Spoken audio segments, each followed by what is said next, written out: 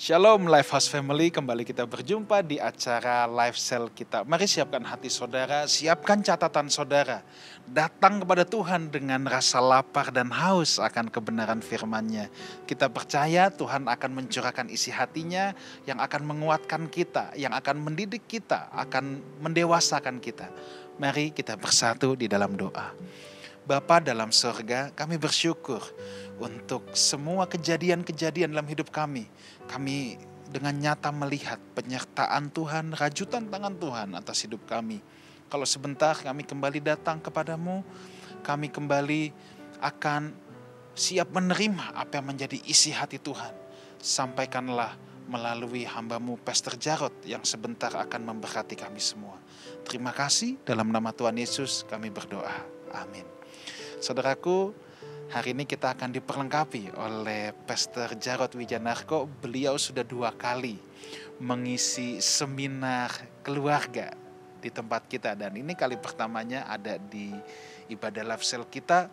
Saudara siapkan catatan saudara, catat apa yang penting supaya nanti saudara bisa kembali membuka lagi apa yang menjadi pesan Tuhan. Mari siapkan hati kita dan saya undang Pastor Jarod Wijanarko. Waktu dan tempat saya persilahkan. Ya, selamat berjumpa dalam ibadah online atau streaming dari jemaat Lifehouse. Nah, hari ini saya akan berbicara mengenai mengatasi kehilangan. Kenapa saya mengangkat tema ini? Karena hari-hari ini banyak orang mengalami kehilangan. Saya berdoa Bapak Ibu tidak mengalaminya, tapi pandemi ini memang berdampak luar biasa. Ada yang kehilangan anggota keluarga, untuk itu saya mengucapkan simpati yang terdalam. Ada yang kehilangan pekerjaan, saya berdoa Tuhan memberi pekerjaan berkat yang baru. Ada yang kehilangan sahabat, ada yang kehilangan pekerjaan, ada yang kehilangan bisnis. Dan yang paling penting jangan sampai kehilangan harapan. Karena itu saya percaya bahwa berbicara mengatasi kehilangan bukan hanya sebenarnya untuk pandemi. Sepanjang hidup ini, maka kehilangan itu pasti. Kenapa? Karena dunia ini tidak kekal. Yang tidak kekal pasti satu saat akan diambil dari kita. Pasangan kita enggak kekal, anak kita enggak kekal, orang tua kita enggak kekal.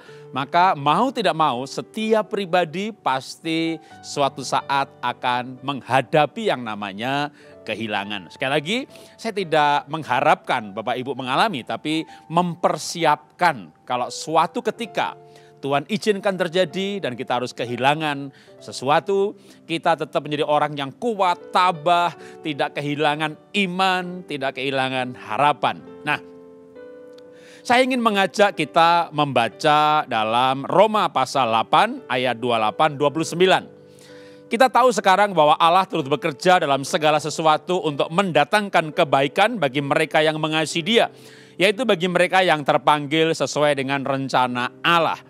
Ayat 29-nya menurut saya ini yang intinya atau di sini esensi utamanya. Sebab semua orang yang dipilihnya dari semula, mereka juga ditentukannya dari semula untuk menjadi serupa dengan gambaran anaknya supaya ia anaknya itu menjadi yang sulung di antara banyak saudara. Tuhan memanggil kita dengan sebuah tujuan ilahi. Kalau saya bicara latar belakangnya, maka Tuhan menciptakan manusia seperti serupa gambarnya Tuhan. Gambar itu rusak karena dosa. Kita lahir baru, kita dimeteraikan dengan Roh Kudus, Efesus 1:13. Dan Roh Kudus itu adalah benih ilahi yang Tuhan taruh di dalam kita. Roh itu hidup, itu akan membawa kita pada pertumbuhan mencapai keserupaan dengan Kristus. Kita tidak akan menjadi seperti Tuhan, tapi kita akan menjadi seperti Tuhan Yesus waktu Dia menjadi manusia. Kita akan menjadi seperti Adam sebelum jatuh dalam dosa. Kayak apa itu Adam sebelum jatuh dalam dosa? Ceritanya pendek banget di Alkitab. Ada Adam kedua, istilah untuk Tuhan Yesus. Ceritanya panjang. Kita akan menjadi seperti Tuhan Yesus waktu Dia menjadi manusia. Keserupaan dengan Kristus dalam bidang apa? Tabahnya, uletnya, gigihnya, antusiasnya, penuh kasihnya, kemuliaannya, kedewasaannya. Maka untuk hal itulah sebenarnya Roma 8:28 berkata bahwa Tuhan mengizinkan segala sesuatu untuk mendatangkan kebaikan. Kebaikan di sini adalah ayat 29-nya untuk menjadi serupa dengan Tuhan Yesus. Memang ayat 28, 29 ini bisa juga dipakai untuk misalnya, wah gara-gara pandemi ini saya punya pabrik bangkrut gitu ya. Lalu saya buka trading, wah sekarang sukses luar biasa. Tuhan izinkan ya mendatangkan kebaikan, masuk dalam bisnis yang lebih baik. Tentu itu boleh-boleh saja menafsirkan demikian. Tapi kalau perikop ini sebenarnya ayat ini ditulis, Tuhan mengizinkan segala sesuatu untuk mendatangkan kebaikan, itu dalam rangka proses karakter. Di mana hidup ini adalah sekolah kehidupan untuk mencapai keserupaan dengan Tuhan. Nah, firman Tuhan yang lain berkata demikian. Kita ini harus mempersenjatai kita dengan pikiran Kristus. Senjata kita itu firman Allah. Untuk menghadapi apa? Untuk menghadapi keadaan. Keadaan apapun yang terjadi, kalau kita punya pikiran, punya konsep bahwa yang terjadi ini adalah Tuhan izinkan untuk membawa kita pada keserupaan dengan Kristus. Paulus yang menulis kitab Roma ini termasuk orang yang kuat sekali. Menurut saya mentalnya, kegigihannya, dia mengalami aneka tantangan di dalam hidup ini. Dalam kitab Korintus dia bikin daftar panjang sekali. Aku disusah 5 kali, tiap kali 40 kurang 1 pukulan. Dilempari batu hampir mati, keluar masuk penjara. Menghadapi saudara palsu, saudara seiman.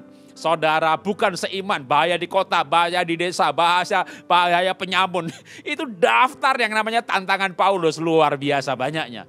Dia dilempar di batu dikira mati, ditinggal pergi, muridnya datang, bergerak masih hidup. Dibawa ke kota, sembuh melayani lagi.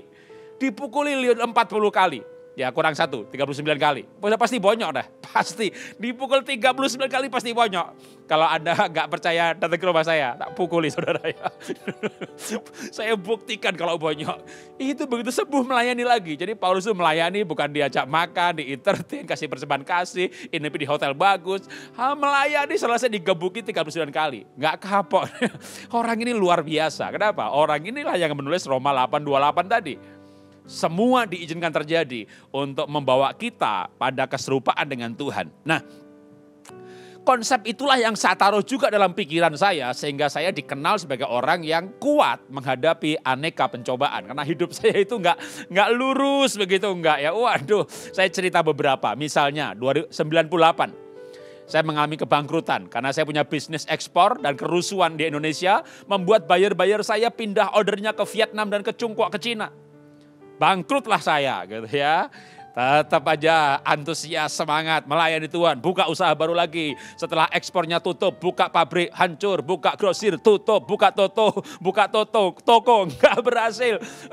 Udah apapun, udah pernah jual beli mobil bekas, saya pernah jadi sales sepatu, udah apapun yang pernah saya lakukan. Lalu singkat cerita, sukses. Waduh, saya merantau ke Jakarta tahun 90. Tinggal di pinggir kuburan Kuningan Jakarta. Kontrak rumah 40 meter persegi, kontraknya 450.000 untuk 6 bulan. Itu motor gak bisa masuk, jangan kan mobil. Lompat parit, kebun pisang, ada kuburan, nah sebelahnya di situ. Ya. Singkat cerita, bekerja diberkati, nabung, beli rumah 1, nabung lagi beli rumah 2, nabung lagi mobil 1, mobil 2, emas 1, emas 2. Singkat cerita 12 tahun semuanya dijual, beli rumah besar. Ya kan? Nabung lagi setahun, renovasi. Gitu ya. Setahun kemudian kebakaran. Itu kebakaran saudara waktu saya lagi sekeluarga pelayanan di Bali. Dan tidak diasuransi. Karena kita sekeluarga di luar kota, ya ludes lah habis terbakar. Kalau saya hitung-hitung waktu itu saya pernah coba menghitung gitu yang terbakar kira-kira 2,5 miliar. Dan kebakaran seperti itu tentu traumatis bagi saya karena nggak diasuransi. Tapi nanti Anda bisa melihat dari foto yang saya siapkan, saudara bisa melihat kami sekeluarga itu foto 2 hari setelah kebakaran. Narsis amat Pak, habis kebakaran foto, bukan begitu. Apapun yang terjadi, jadwal hidup berjalan terus. Dan jadwal kehidupan kami adalah foto keluarga untuk cover buku. Jadi ya apapun yang terjadi, menurut saya agenda kehidupan itu jalan aja terus begitu. Kami foto keluarga gitu ya.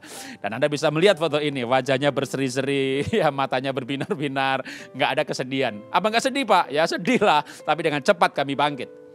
Jadi ketika kami mengalami hal seperti itu, saya tetap bersuka cita. Kira-kira Anda tahu nggak dampaknya? Akibatnya kalau orang kebakaran ludes habis dan wajah bersuka cita. Kira-kira dampaknya apa? Coba pikirkan yang paling liar yang pernah Anda bayangkan. Saya kasih tahu ya, saya dilaporin polisi. Dilaporin polisi kenapa? Karena tetangga saya ada yang menduga, oh kebakaran kok cengenges-cengenges, kebakaran kok ketawa-ketawa, kebakaran kok gak sedih, ini jangan-jangan sengaja dibakar. Jadi mereka merasa terganggu dengan keributan sirine, ambulan, pemadam kebakaran, keributan hari itu. Dan yang kebakaran ketawa-ketawa. Lalu tiba-tiba polisi datang. Pasang police line. Dan saya pengen segera bersihkan itu bangunan. Tapi ada police line, kami ke kantor polisi. Dan kami didakwa. Pak, ada tuduhan yang gak enak nih Pak. Gitu. Kenapa? Kenapa Bapak pasang garis polisi ini? Ya karena ada berita yang gak enak, berita miring itu. Bapak sengaja membakar gitu. Jujur ya Pak ya, kami katakan maaf Pak saya bicara begini. Lalu saya bilang sama polisnya, saya buktikan 100% dengan segera, dengan cara yang cepat. Bahwa saya tidak sengaja membakar. Hari ini saya mau bereskan tempat saya. Oh nggak boleh Pak, kalau Bapak itu tabrak garis itu, Bapak bersihkan, Bapak tabrak garis itu, saya tidak akan berikan surat buat Bapak. Memangnya saya butuh surat apa dari Bapak? Saya bilang begitu. Lah surat nanti buat ngurus asuransi, kan butuh keterangan dari kami. Oh, kami nggak butuh surat itu Pak. Loh kenapa? Saya tidak asuransi. Polisinya langsung bilang, Bapak nggak asuransi? Enggak. Oh ya sudah, kalau gitu nggak mungkin Bapak sengaja bakar. Jadi saya tidak asuransi. Kenapa saya begitu kuat menghadapi keadaan? Karena saya punya konsep hidup yang tadi. Bahwa Tuhan izinkan pasti mendatangkan kebaikan. Memang namanya kebakaran apa baiknya? Nggak diasuransi apa baiknya? Kadang kita nggak mengerti apa baiknya. Tapi saya sudah punya keyakinan bahwa apapun yang terjadi pasti ada baiknya. Paling tidak hari itu kami ajak sekeluarga berdoa. Dan dalam doa kami mesbah keluarga, kami sekeluarga berdoa. Paling enggak saya berkata begini sama Tuhan. Tuhan saya enggak tahu apa kebaikan dari sebuah kebakaran.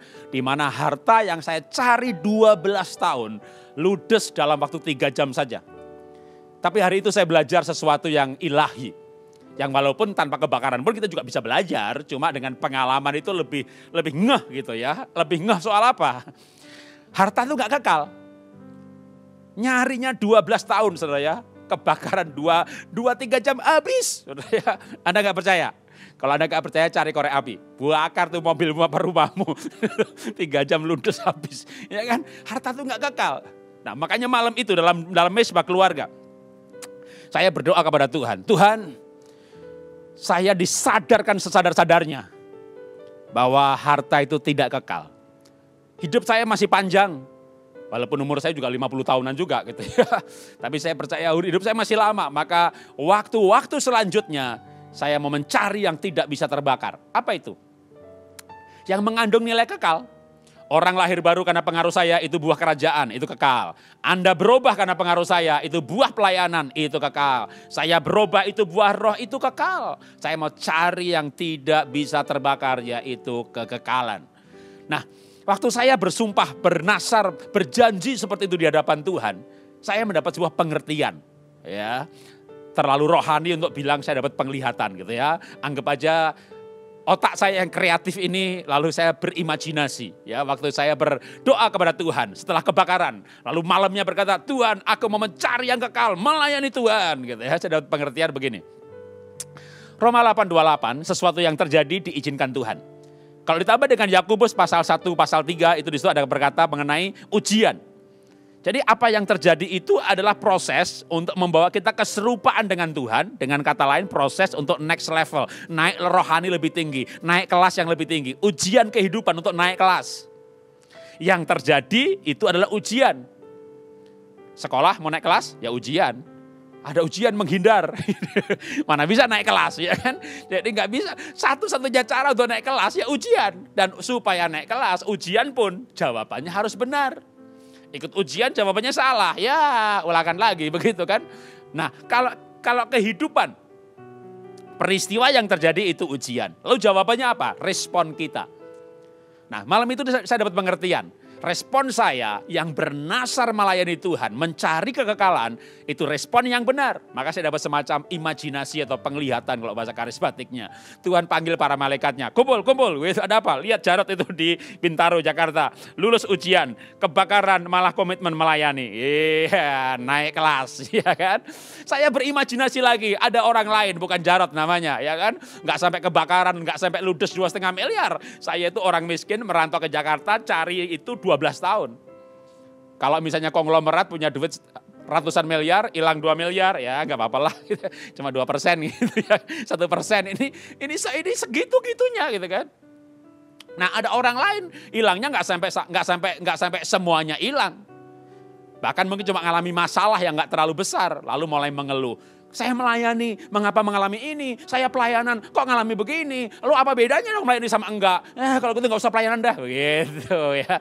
Itu namanya ujian yang gagal, ya kan? Tuhan kumpulkan malaikatnya juga, kumpul gitu. Ada apa Tuhan? Lihat tuh di bumi ada orang gagal ujian. Oh, terus apa yang harus kami lakukan Tuhan? Tuhan bilang sama para malaikatnya, segera atur ujian susulan. Saudara enggak mau kan ujian susulan? Pernah ikut ujian susulan? Waktu SMA dulu saya bandel saudara ya, belum bertobat. Ya, jadi kalau ujian gak ikut gitu ya, ikut ujian susulan. Kita bilang sama teman, teman, kemarin ujian soalnya apa? Ini loh, oke, thank you ya. Wah, kita pelajari. Begitu ujian susulan soalnya beda, lebih susah lagi. Makanya jangan ujian susulan dalam sekolah kehidupan. Kalau Tuhan mengizinkan sesuatu terjadi, termasuk kehilangan, apapun kehilangan itu. Untuk kehilangan ini nggak usah nunggu COVID datang. Tanpa COVID pun orang bisa kehilangan karena ditipu, dikhianati, kebakaran. Karena mengalami apapun dalam peristiwa di dunia ini bisa membuat seseorang kehilangan. Tapi jangan lupa, itu adalah ujian kehidupan. Respon yang tepat membuat kita naik kelas. Tadi saya bilang saya punya bangun rumah seperti itu 12 tahun carinya. Kenapa? Orang miskin, kelas ekonomi bawah, merantau ke Jakarta. Ya. Tapi begitu mengalami ujian kehidupan, naik kelas, nah di kelas yang lebih tinggi, ternyata di kelas yang lebih tinggi itu lebih enak juga. Cari berkat lebih gampang, jaringan lebih banyak. Kalau kita di kelas bawah, ketemu temen, aku mau jual tanah nih 100 meter, gitu. Jualin ya kita jualin gitu ya. Di kelas yang lebih tinggi, aku punya tanah nih 10 hektar, jualin ya. Komisinya, gede juga gitu ya. Jadi yang saya mau saksikan adalah, saya kehilangan yang cukup besar, rumah yang uang nilainya saya cari selama 12 tahun. Puji Tuhan kalau saya singkat ceritanya, singkat kesaksiannya, bahwa saya bisa punya rumah baru dengan nilai yang lebih besar dalam 12 bulan. Karena ketika orang naik kelas kehidupan di kelas yang lebih tinggi, atau secara fisik saja, Anda naik ke gunung, ya naik sedikit gitu, view-nya lebih bagus loh. Karena itu mari kita naik kelas melalui peristiwa yang Tuhan izinkan terjadi. Karena itu saya berikan sebuah kesimpulan bagian satu ini atau quote ya. Penderitaan adalah sekolah kehidupan. Respon kita adalah jawabannya. Respon yang tepat membuat kita naik kelas. Kita lanjutkan lagi, saya akan membaca dari Yeremia 31 ayat 12a. Mereka akan datang bersorak-sorai di atas bukit Sion, muka mereka akan berseri-seri karena kebajikan Tuhan. Mazmur 34 ayat 6, tunjukkanlah pandanganmu kepadanya, maka mukamu akan berseri-seri dan tidak akan malu tersipu-sipu. Saya baca lagi Keluaran 34 ayat 29. Ketika Musa turun dari gunung Sinai, kedualah hukum Allah ada di tangan Musa. Ketika ia turun dari gunung itu, tidaklah ia tahu bahwa kulit mukanya bercahaya karena ia telah berbicara dengan Tuhan. Pak, Bapak kok orangnya antusias terus gitu ya, kayaknya nggak pernah lihat Pak Jarod sedih gitu ya. Ya pernah sih, tapi saya amati Bapak loh, iya benar. Ada, kalau saya cerita kebakaran, cerita bangkrut, ini tahun lalu saya tutup, itu namanya IVA dahsyat perusahaan saya ya. Dan kerugiannya miliarannya lebih tinggi lagi angkanya. Kalau saya berikan waktu dan angka-angka tanggal atau bulan tahunnya di mana mengalami kebakaran, bangkrut, ditipu. Pada tahun itu ada cari Facebook saya, Instagram saya, nggak akan lo kejumpa foto sedih. Itu dia Pak Jarod, makanya Bapak orang yang selalu antusias, nggak pernah sedih. Pernah, kalau sedih nggak diupload. Mana ada, lagi nangis nih, foto dulu lah, lalu diupload ya, nggak ada ya. Pernah sedih, tetapi saya orang yang cepat bangkit. Kenapa demikian? Ya tadi firman Tuhan yang kita baca tadi. Tunjukkanlah matamu kepada Tuhan, tunjukkanlah pandanganmu kepada Tuhan, maka engkau akan berseri-seri. Kenapa? Karena Tuhan memberi harapan, Tuhan memberi kekuatan. Bahkan Musa yang sangat spektakuler menurut saya ceritanya. Dia turun dari gunung, dia nggak tahu kalau mukanya bercahaya. Ada senjata untuk malam hari, itu ada alat di dalam senjata itu untuk membaca energi atau namanya aura gitu ya. Kalau binatang keijo-ijoan, manusia itu warnanya dengan alat seperti itu untuk membaca energi cahayanya itu paling warna-warni. Tapi ada namanya, makanya ada namanya foto karakter. Kalau marah cahayanya kemerah-merahan, tenang keijo-ijoan, cheerful ceria, kuning keoring-oringan begitu ya. Nah, itu namanya aura. Makin orang itu mulia, antusias, sukacita, damai sejahtera, itu aura warnanya itu makin terang. Makanya ada orang yang dulunya dukun tuh bilang, aku gak bisa sandat orang itu. Kenapa? Auranya kuat banget. Ada kayak perlindungan. Anda pernah lihat foto-foto di Google aja, ada juga ya, foto-foto orang kudus gitu ya. Ada dekat mata kepalanya itu kayak ada lingkaran cahaya. Nah, itu sebenarnya penggambaran dari konsep aura ini. Yang pasti firman Tuhan menceritakan Musa mukanya bercahaya. Kenapa? Ia bergaul dengan Tuhan. Dalam hidup ini tidak selalu baik, ada kehilangan, ada masalah, tapi saya mau bacakan kesimpulan bagian 2 atau quote-nya. Hidup ini perjuangan dan pergumulan, bergaul dengan Tuhan, ada jalan keluar dan kekuatan yang diperbaharui dari hari ke hari. Kalau kita mau kuat dalam hidup ini, yang menurut saya bukan orang yang pesimis, tapi menurut saya hidup ini mungkin tidak akan lebih mudah. Setelah pandemi berhenti, Covid berhenti, dan kita nggak tahu Indonesia kapan. Yang pasti Vietnam, Singapura, anak saya di Singapura ya, New Zealand itu sudah 0. Jadi mereka lockdown dengan ketat sekali, nggak ada penambahan yang baru, yang sakit sembuh semuanya, udah 0 dah. Maka Vietnam, New Zealand, China juga udah ya, itu Singapura, mereka sesama 0 ini bisa terbang langsung. Iya, Anda mau ke Singapura? Boleh. Karantina 14 hari. Hotel, rumah sakit bayar sendiri. Ya. Jadi kenapa? Karena kita kayak Amerika, ya, nggak ada lockdown. Istilahnya tuh herd immunity. Ya, bahasa kerennya tuh dijarno wae gitu ya. Yang imun makin imun gitu ya. Terus juga nggak bahaya banget. Yang mati mungkin nggak sampai 1%. Tapi yang seperti ini ya ribuan, 4.000, 5.000 per hari kita masih bertambah. Tapi ya positifnya nggak ada ketakutan, ekonomi jalan, pasar ya jalan, OTG keliaran kemana-mana. Yang penting antusias, optimis, gembira, imun kuat, sehat, nggak kena. Gitu ya. Kalau kena, COVID-nya yang mati. Jadi memang ini pro dan kontra soal lockdown dan sebagainya. Maka saya nggak mau bahas hal itu. Yang saya mau katakan adalah kalau kita ini orang yang antusias di dalam Tuhan, maka saya percaya kita menjadi orang-orang yang kuat seandainya sampai diizinkan mengalami kehilangan. Termasuk kehilangan kesehatan. Saya pernah kehilangan kesehatan di awal-awal bulan Maret. Tapi ya dengan isolasi mandiri ya sembuh lagi, sehat lagi. Oke, kita lanjutkan lagi. Tadi sempat saya sebut Yakobus. Nah, sekarang saya akan bacakan Yakobus. Yakobus pasal 1 ayat 2 dan 3. Saudara-saudaraku, anggaplah sebagai suatu kebahagiaan apabila kamu jatuh ke dalam berbagai pencobaan. Sebab kamu tahu bahwa ujian terhadap imanmu itu menghasilkan ketekunan. Saya lompat ayat 4. Dan biarlah ketekunan itu memperoleh buah yang matang supaya kamu menjadi sempurna dan utuh dan tak kekurangan suatu apapun. Saya tambahkan Yeremia 29 ayat 11. Sebab aku ini mengetahui rancangan-rancangan apa yang ada padaku mengenai kamu, demikian firman Tuhan, bukan rencana kecelakaan tapi rencana damai sejahtera untuk memberikan kepadamu masa depan yang penuh harapan.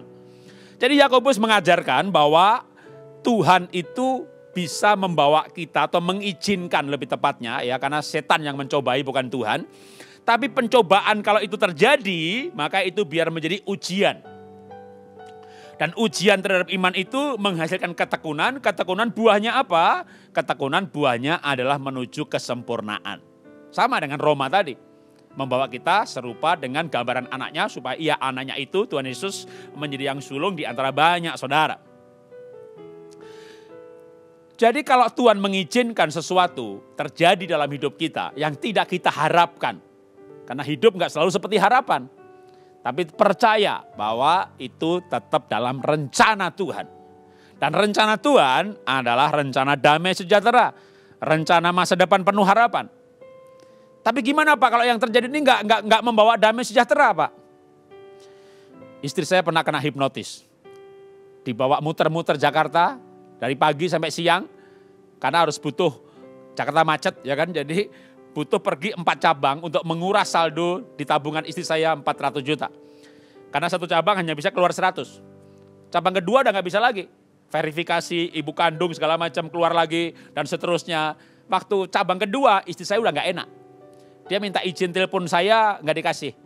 Dan itu ceritanya orang yang menghipno istri saya itu mengawali dengan percakapan shalom, haleluya. Ibu tahu panti asuhan Immanuel, saya mau nyumbang di situ. Lalu nggak tahu orang lain datang, Bu orang namanya mau nyumbang, kita bantu yuk. Ibu ada cara nggak? Nggak ada kan? Yuk masuk mobil, pergi ke bank. Mau tukar duit karena dia bapaknya dolar, ya. Sampai di bank BRI dekat rumah kami, ya. Dicek uangnya, asli, ya kan? Dan jumlahnya cukup banyak, 50 ribuan dolar, jadi kira-kira 500-an juta. Nah terus, tapi kursnya nggak cocok, ya kita pindah money changer gitu. Jadi itu kejadiannya tuh smooth banget. Pindah ke money changer, akhirnya selama di mobil ngobrol, akhirnya yang menghipno istri saya itu bilang, ibu kan anaknya di Singapura, kenapa nggak tukar sama ibu aja? Orangnya logatnya Chinese, Malaysian, Singapura, kira-kira gitu ya. Ngakunya dari Lions Club, ya kelompok orang kaya yang suka menyumbang, itu ngakunya ya. Bukan, saya tidak mengatakan itu dari Lions Club gitu ya, tapi itu ceritanya begitu. Nah sambil ngobrol, pegang tangan, peluk, rangkul, itu rupanya proses hipnonya makin dalam. Sehingga ketika istri saya ada rasa nggak nyaman, dia sudah kayak nggak ada kuasa untuk menolak. Ketika dia belum sadar banget dalam arti dari bank BRI, dari bank, lalu dia mulai bilang, ibu aja tukar duit sama ibu, ya kan? Ibu kan butuh dolar Singapura juga. Jadi ambil kurs tengahnya, ibu untung, saya untung. Jadi istri saya pulang ke rumah. Jadi ini panjang ceritanya. Pulang ke rumah, ngambil tabungan, baru ke bank, cairin. Sehingga cerita setelah 4 kali dicairkan, istrinya diturunkan di pinggir jalan. Ditinggal pergi aja gitu. Duitnya dibawa sama dia. Istri saya linglung. Ya, saya pulang ke rumah, baru dia nangis. Karena nggak ada kejadian orang dihipno atau ditipu itu sedang berduaan, lagi sendirian. Begitu saya pulang ke rumah, istri nangis melolong, itu kayak pengaruhnya baru lepas. Sebelumnya dia kayak orang bingung. Nah, itu kejadian yang untuk diceritakan seperti ini kan memalukan ya. Kalau Anda dengar cerita saya, istri saya kena hipno gitu, Anda berkata apa dalam hati? Ini dosanya pasti banyak nih, keluarga hamba Tuhan kok kena hipno. Langsung dihakimi, ya kan? Makanya saya malas cerita. Tapi kenapa saya cerita? Karena saya juga termasuk ini bagian dari yang Tuhan izinkan terjadi. Nah, singkat cerita, kisah ini kami diamkan. Menjadi rahasia, karena mau cerita sama siapa juga rasanya malu. Tapi singkat cerita enggak bisa didiamkan juga. Istri saya akhirnya harus cerita kepada orang tuanya sekian bulan kemudian karena orang tuanya masuk rumah sakit dan kami biasa iuran untuk bersama-sama. Maka istri saya bilang kakaknya, bilang mamahnya nggak bisa ikut iuran karena barusan kena tipu. Wah begitu cerita kena tipu angkanya 400. Itu kakaknya dia sama mamanya dia itu punya pertanyaan yang sama. Waktu itu terjadi jarotnya bagaimana? Gitu. Anda kira-kira nangkap nggak arah pertanyaannya? Kenapa dia nanya jarotnya bagaimana? Gitu ya. Karena di Surabaya, di mertua saya dan cicitnya istri saya itu di Surabaya, ada istri yang lain, suaminya bukan Jarot. Ngilangin 10 juta, ngilangin 20 juta, istrinya dikampar, ditempeleng, digoblok-goblokin, dimaki-maki, di 400. Maka ditanya, Jarotnya bagaimana? Ya istri saya cerita, Jarot pulang, aku nangis. Lalu dia, waktu saya nangis aku dipeluk, diajak doa. Malamnya mau cerita lagi, nangis lagi, dipeluk lagi, ajak doa lagi. Besoknya mau cerita, nangis lagi, dipeluk lagi, doa lagi. Pokoknya inti ceritanya peluk doa gitu. Nah itu dari cerita itu, bahkan istri saya sendiri mendengar cerita bagaimana istri-istri yang lain ngilangin yang cuma puluhan juta, padahal orangnya lebih kaya daripada saya, digebuki, digoblok-goblokin. Itu istri saya sadar sesadar-sadarnya bahwa saya itu cinta banget sama dia. Nah, sejak peristiwa itu apa yang terjadi? Sejak peristiwa itu, istri saya juga makin sayang sama saya. Duh, sayangnya minta ampun. Sampai saya itu merenung dan tercenung. Sambil merenung dan tercenung, saya bilang sama Tuhan, Tuhan, cinta memang mahal. Mahal, 400 juta. Jadi apa yang saya mau saksikan? Sebuah kehilangan, sebuah malapetaka. Kalau dihadapi dengan tepat, ternyata justru membuat dua orang menjadi saling mencintai. Memang ya bagusnya nggak pakai kehilangan tapi saling mencintai gitu kan. Gitu, Pak. Tapi kan kadang-kadang cinta itu teruji oleh waktu. Cinta itu teruji oleh masalah. Ketika ada masalah dan ada pengampunan, ada penerimaan, justru orang yang salah merasa dicintai luar biasa. Tapi kenapa saya nggak marah gitu ya. Pak Jarod, tapi kenapa Bapak nggak marah? Secara insting saya ingat Roma 8, 28, 29. Secara alam bawah sadar saya tahu istri saya bukan pelaku, dia korban. Gimana kita marah sama korban? Maka yang saya lakukan justru peluk dia, doa dia, ajak dia jalan. Kalau dia masih nggak mau pergi, nggak bisa pergi sendirian, ya kita antar menghilangkan traumanya. Tapi akhirnya itu membuat kami berdua saling menguatkan satu dan yang lain. Bahwa kita saling mencintai, saling menopang. Dua orang saling mencintai, saling menopang itu memberi kekuatan hidup. Karena itu saya berikan penutupnya adalah quote atau kalimat berikut ini. Dua orang saling mencintai dan saling mendukung sanggup menghadapi apapun di dunia ini dan memandang masa depan penuh keyakinan. Jadi ketika dua orang saling mencintai itu akan sanggup menghadapi apapun di dunia ini. Cila, ini kalimat terakhirnya romantis banget. Bener loh saudara, Anda tahu kan dua orang jatuh cinta pacaran gitu ya. Waduh, pacarnya miskin lagi. Orang tuanya bilang sama anak perempuannya misalnya gitu. Pacar kamu tuh miskin begini-begini, tapi kami saling mencintai. Cila, cinta ada harapan, cinta menatap masa depan dengan luar biasa. Nah saudara, siapa yang menjamin keadaan akan selalu baik? Tapi seharusnya apapun keadaan yang terjadi. Misalnya pandemi sekarang ini, suami istri justru berjuang bersama-sama, bekerja bersama-sama, menghadapi masalah bersama-sama. Akan ada bonding, akan ada pengalaman. Bukan hanya enak-enak bersama-sama. Tapi ketika ada masalah bersama, perjuangan bersama, itulah ikatannya. Orang-orang yang berjuang bersama punya ikatan yang kuat. Indonesia ada aneka macam suku. Kenapa jadi satu bangsa? Sama-sama dijajah Belanda. Maka Indonesia nggak bubar-bubar. Ada ikatan perjuangan bersama. Nah, seharusnya pandemi ini mungkin ada dampaknya ekonomi. Ada dampak yang lain. Membuat suami istri harus berjuang kembali. Jangan takut berjuang. Karena perjuangan justru akan membawa ikatan antar orang-orang yang berjuang bersama-sama. Jangan biarkan suami berjuang sendiri menghadapi masalah ekonomi. Lalu dia nggak sanggup, akhirnya berjuang dengan sekretarisnya. Gitu. Nanti ekonomi pulih, ibu diceraiin, dia kawin sama sekretarisnya. Kenapa? Itulah teman perjuangannya. Tapi kalau kita menjadi orang yang berjuang bersama-sama, kita akan membawa pada ikatan yang lebih kuat. Mari kita berdoa bersama-sama. Bapak, kami mengucap syukur kami boleh belajar firman-Mu hari ini. Kami dikuatkan untuk tetap terus punya semangat untuk berjuang karena kami tahu Tuhan tidak meninggalkan kami, Tuhan tidak membiarkan kami. Kami telah menghadapi pandemi ini berbulan-bulan dan mengakhiri menjelang bahkan sekarang sudah di akhir tahun ini Tuhan. Pandemi belum selesai tapi kami percaya juga Tuhan tidak selesai dengan kami. Tuhan terus menyertai kami, Tuhan terus mendampingi kami. Ajari kami suami istri, apapun yang terjadi kami sehati menghadapi bersama-sama. Apapun yang terjadi, kami berjuang bersama-sama karena kami percaya Tuhan. Kebersamaan bukan hanya dalam suka, tapi juga kebersamaan dalam duka. Itu yang membuat memori ikatan kami menjadi kuat. Terima kasih Bapak, kami percaya bahwa kasih setiamu melampaui semuanya. Bapak Engkau mereka-reka bisa menjadi kebaikan. Setan mereka-reka untuk kejahatan, tapi Tuhan mampu mereka-reka untuk mendatangkan kebaikan. Itu jemaat yang dikasih Tuhan. Setelah ibadah, setelah firman ini saya juga ingin berdoa bagi Bapak Ibu. Supaya Tuhan memberkati Bapak Ibu, anak-anak, semua keluarga. Diberkati keluargamu, diberkati pekerjaanmu, diberkati kesehatanmu, diberkati kerohanianmu, kekuatanmu, mentalmu, semangat hidupmu. Di dalam nama Tuhan Yesus. Engkau akan mampu menghadapi apapun yang terjadi. Karena Tuhan yang menyertai engkau lebih besar daripada apapun yang terjadi.